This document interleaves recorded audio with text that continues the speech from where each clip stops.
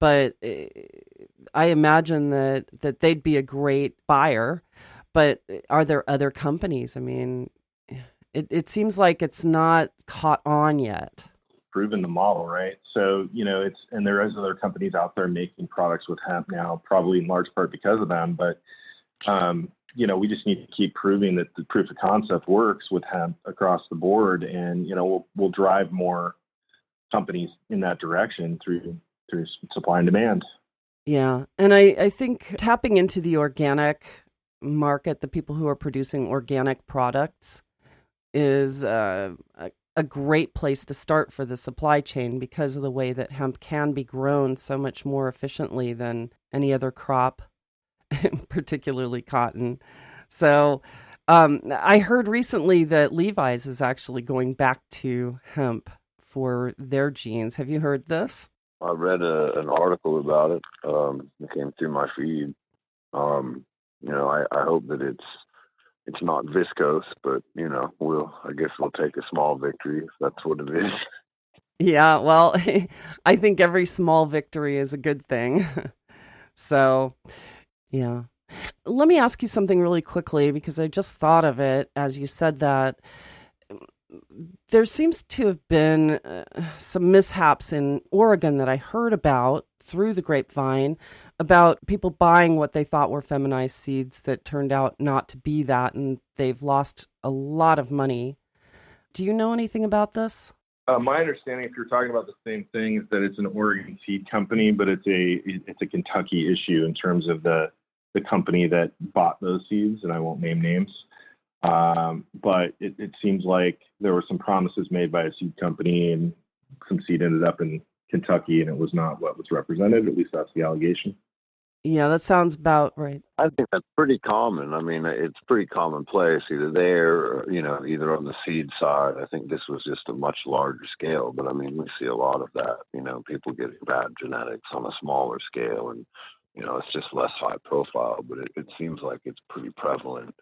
And for farmers who are just getting into this, how do they avoid this? How can they ensure that what they're getting is what they've been told they're getting? Well, that's hard because there's a lot of fake C of A's. But I mean, my best advice would be if it sounds too good to be true, move on. Um, you know, um, but I mean, you just have to do due diligence. You have to read the C of A's. You need to check with the breeder. You need there's a lot of due diligence that's required to make sure that you've got a quality seed that, whoever sold it to you had the right to sell it to you, and whether it's a seed or a clone. A lot of folks are buying clones as well. Yeah, and Mike mentioned this earlier, but we're working directly with Kentucky State University there, and we've for the last 2 seasons planted cultivars with them for research. So make sure when you're buying seeds that you're working with a reputable partner. If they can back it up with not only C of A's but other information or research that's been done around it, that's going to be your best assurance. Yeah, great advice, I'm sure. So anyway, well, are there any last thoughts that you think we haven't covered here that you'd like for people to know? Trent, let's start with you. No, I'm actually can't think of anything off the top of my head right now, but thank you for your time. Really appreciate the opportunity to talk to you, and we're excited to be exposed out there in the market. Well, I'm grateful that you were able to come and talk about this.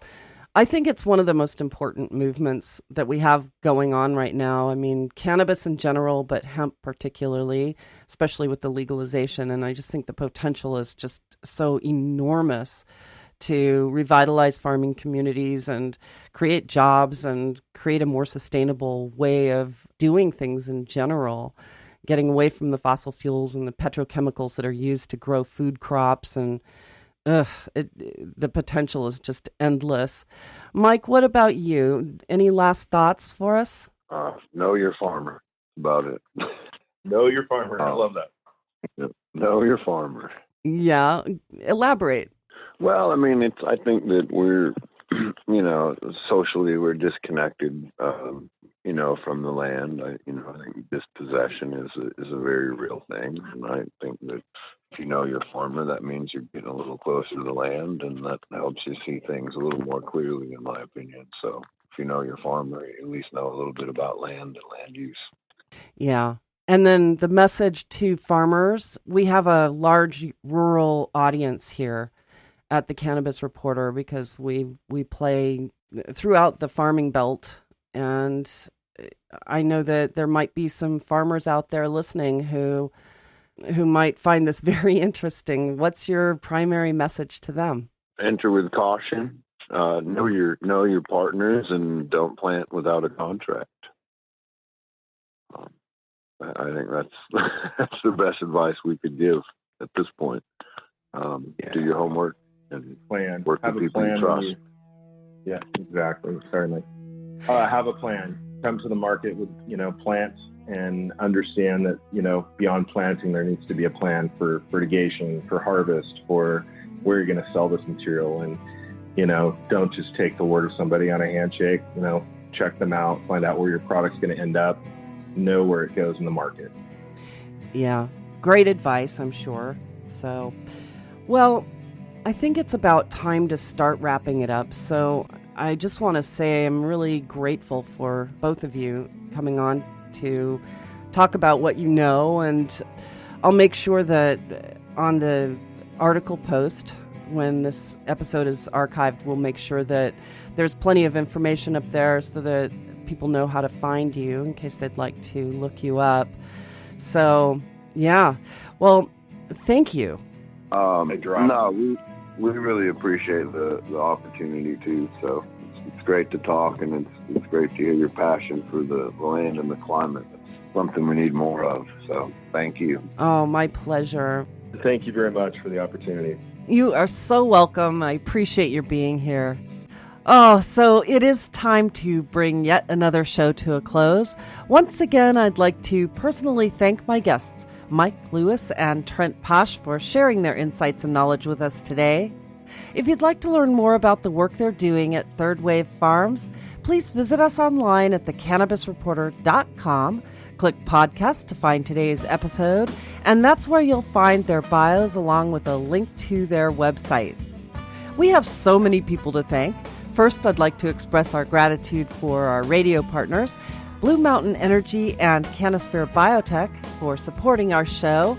We certainly couldn't be doing this without you. And our media partners at MJ BizCon, Cannabis Radio, and Newsbank for helping us to spread the word. I'd also like to thank my production team here at the Cannabis Reporter radio show for always making us shine. And it goes without saying just how much we appreciate our programming directors at XRQK Radio Network and Society Bites Radio for broadcasting our show. And last but not least, thanks to all of you for listening. I'm Snowden Bishop, inviting you to join me again next week. Same time, same place for another episode of the Cannabis Reporter radio show. Until we meet again, be safe, stay informed, share what you've learned, and make it a great day. Evergreen's calling.